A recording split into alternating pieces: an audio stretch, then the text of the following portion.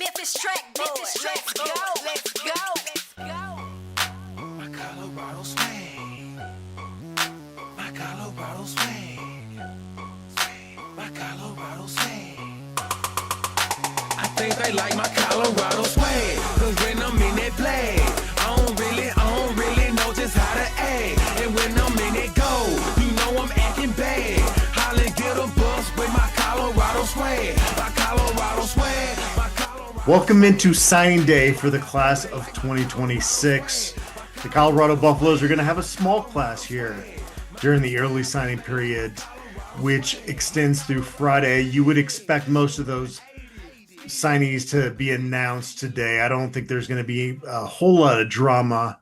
Hopefully there is, William. I just feel like right now we're kind of just hoping to hang on, covering the Colorado Buffaloes, and you're a Colorado Buff yourself and a fan, and just trying to kind of hang on to those 10 guys they have currently. Yeah, I think they're, in the last few years with more social media and such, I think there are fewer surprises on signing day than there used to be. Back in the day when you didn't have all that information, there was always seemed to be 2 or 3 or 4 guys that came out of nowhere. But with all the information that gets out there these days, it's really hard for anything to become a surprise anymore. So, I know people want to see more names on this list, but I think we got some pretty good guys in here, and it's a start toward rebuilding the kind of roster that we had last year, and get back up there to our winning ways. Yeah, and there are 2 guys that I have not had a chance to hear back from this 2026 class, William. But I think they're going to sign all 10 of these guys that are on the current commit list going into today. Rodney Colton Jr. is one that I need to talk to. And who else do I need to talk to? No, I think that's it, really, actually. I think that's the only one. And I'm not trying to put panic out there right now. I have not heard back from him, so he could be going through his own process right now. Who are your favorite Colorado commits in the 2026 class? Well, I think Carson Crawford at linebacker. Oh, yeah. It's no surprise to me that he got a boost in his rating, significant boost in his rating. He should have been rated at that to begin with, but I think he got seen by more people in his senior year, and so that really got people to be able to see what he does. His film is kind of ridiculous, and he's just a really dominant player. He's listed at 6'3", 215, and I believe that's probably accurate. That's pretty good size. I mean, that's the size Nate Landman came in at. And the kind of play that Carson Crawford does, he plays outside linebacker pretty much exclusively, and he's got speed and athleticism. I just think he's a guy that walks right in and immediately makes a difference on your team, kind of like London Merritt and Alexander McPherson this year, although, significantly smaller, but in a different sort of a way. So he's one, I think. Carson Crawford is a kid, he got boosted up to that 4-star and a 92 rating. And I think we really got fortunate to have him and keep him on board. So that's a good one. And then I think, you mentioned Rodney Colton, and I think we got 3 good linebackers, I think, in this class, and Colton is the one who strikes me as the micro middle linebacker guy, and is a hitter, out of Georgia, and 6'1", 220. I think he really comes in and gives us something in that linebacker room. So those 2 really stand out to me, and then a couple of I think there's a couple of offensive linemen here who are frankly underrated. I think Xavier Payne and Ben Gula look really good on their film. I think Josiah Manu is a little bit of a more of a going to take some time in a project, but I like what I see out of those guys. And then Colby Johnson's a linebacker out of Washington State who's just super fast, can really run. So be interesting to see what he does there as well. Yeah, and I want to throw Maurice Williams in there as well, a cornerback from Edna Carr, New Orleans, that he's set to sign with the Buffaloes. He'll probably be one of their first signees today because It goes by time zone. So they can sign at 7 a.m. their time. So that would be Yeah. 5 a.m. Colorado time, which means, William, I got to wake up at like 4:30, which is not great, but it is what it is. But Maurice Williams is a guy that I think is going to be exceeding his prospect ranking on 24/7 Sports as his Yeah. college career goes. But yeah, I mean, Xavier Payne, I talked to him for a good 15 minutes last night, William. He's got a great personality. That kid, he's a joy to talk to. So Yeah. I'm anxious to cover his college career, and Ben Gula Six. is great too. And so they got some characters on that O line coming in. I can tell you that.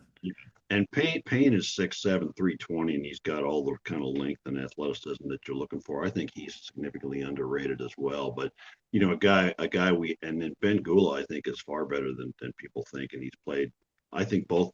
I think Gula could play any position on the offensive line. I think might have done a film on him previously, but Payne to me is a big right tackle, maybe left tackle. But got the length to play that position to really do well. So I like both of those guys. But one guy that we didn't mention is Christian Ward from IMG Academy, who, quite Mhm. frankly, I don't, he's got offers from everybody, including Alabama, 6'3", 200-pound wide receiver, and I don't know why he's not a 4-star. He should be. But continues that pipeline from IMG Academy for sure, and I think he's a guy that comes in and makes an impact of Most some.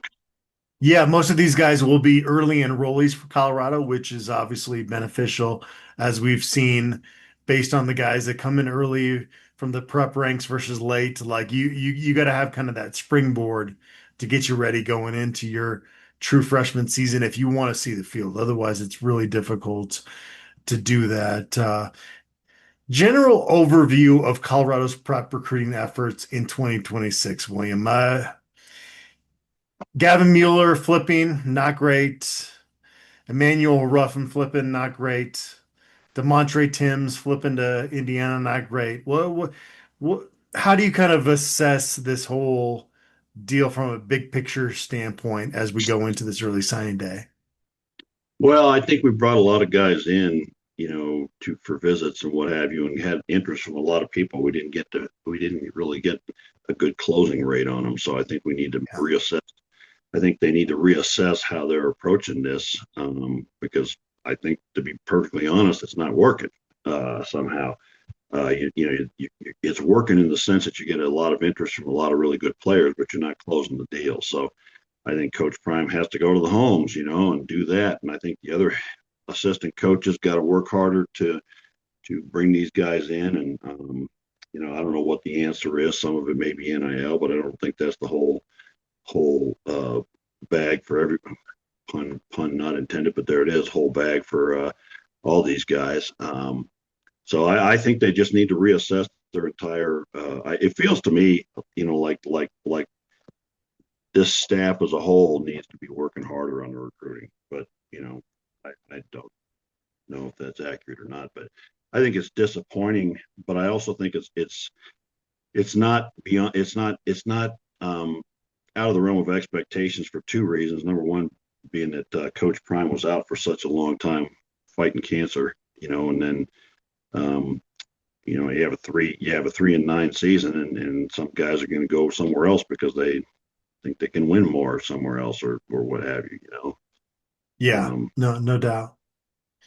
Yeah, but no, but I agree with you. Like there is, it's one of those things where everybody wants to make a blanket statement, right? There are people on this staff that are very good recruiters that work yeah, hard, but just the collective effort needs to be improved across the yes, board.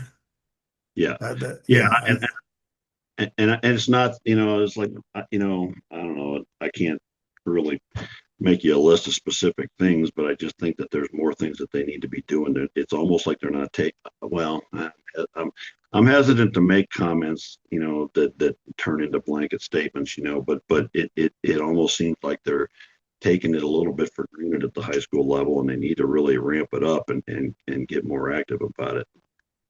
well, that's what sells kind of the fan base on a future, right? Is when you can follow these guys along. Um, It's difficult though, and I also see Coach Prime's side of it when you have, somebody like Mantrez Walker that comes in last year and he's just not quite ready, but he's going to be a good player and he bolts, and so that kind of like makes you not want to recruit high school guys, but you still need to recruit those guys. Yeah, and you need to bring in, I think, 15 probably is a fair number, 15, 16 every single year. And by the time, if you think about fifth year, 5 years to play the game, 15, 30, that's 60, 75 players. If you're doing 15 a year over 5 years, unless my math is way off, which wouldn't surprise me. But 15, actually, I mean, even 10 a year for over a 5 year period is 50 guys, which gets you close to what we had for our roster this year, not including transfer guys. But we got to just keep it going every year. But then you got to keep them on board.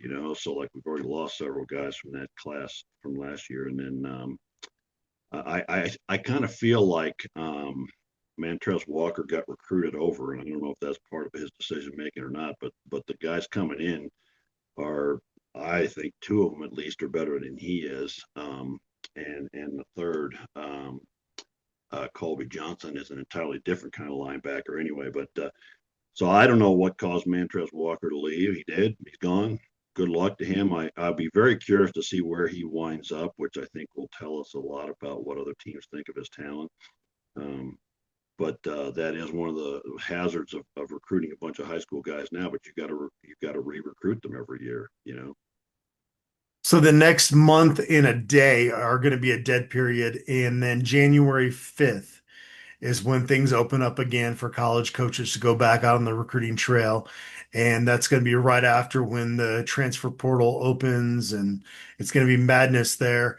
William, you and I are going to do a live signing day show later today. I'm excited for that. We're going to get a lot of questions. We're going to answer all those questions. So it should be fun. Yeah, it'll be fun. I think and we'll see. We still have a couple people that we're waiting to hear their decisions and such. So hopefully we can still get some surprises. But I think it'll be interesting. We can talk more about these guys and talk to people about whatever they want to talk about. We're going to load up a lot of huddle film and just have fun with it later today. It should be a good time. Yeah, that'd be a lot of fun to look at stuff and talk about it as we watch it, and kind of point things out to people. I think particularly with these offensive linemen, we can really show some things that people will be surprised to see. I think with some of these guys. Definitely.